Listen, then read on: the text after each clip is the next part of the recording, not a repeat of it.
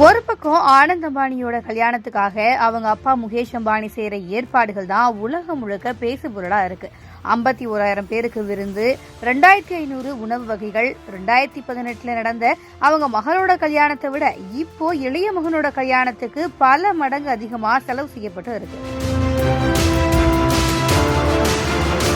கல்யாண ஏற்பாடுகளோட பிரம்மாண்டத்தை பார்த்து பலரும் வாயை பிழக்காத குறைதான்.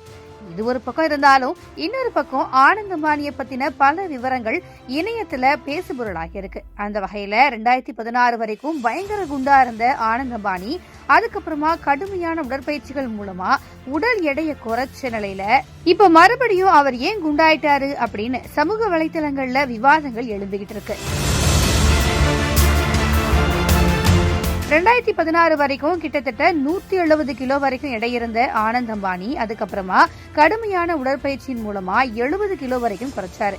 மத்தவங்க மாதிரி அறுவை சிகிச்சை செய்யாம 21 கிலோமீட்டர் நடை, கடுமையான உடற்பயிற்சி, உணவு கட்டுப்பாடு அப்படின்னு தான் உடல் எடையை குறைச்சிருக்காரு.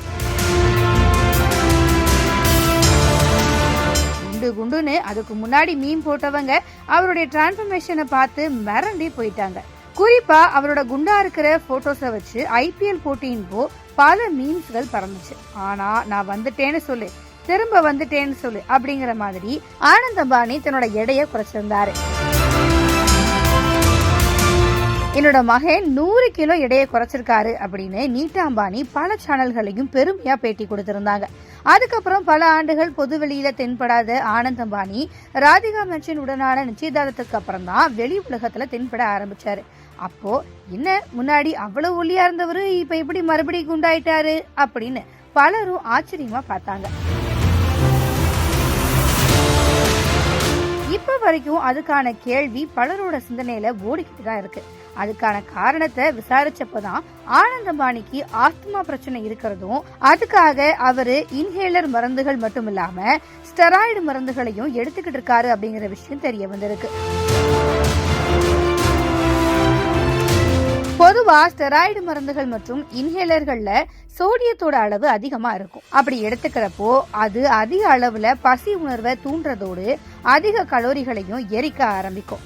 அதுக்காக வேற வழி இல்லாம அதிக அளவிலான உணவுகளை ஆனந்த் அம்பானி எடுத்துக்கிட்டதாகவும், அதனாலதான் அவரோட உடல் எடை அதிகரிச்சிருக்குன்னு சொல்றாங்க.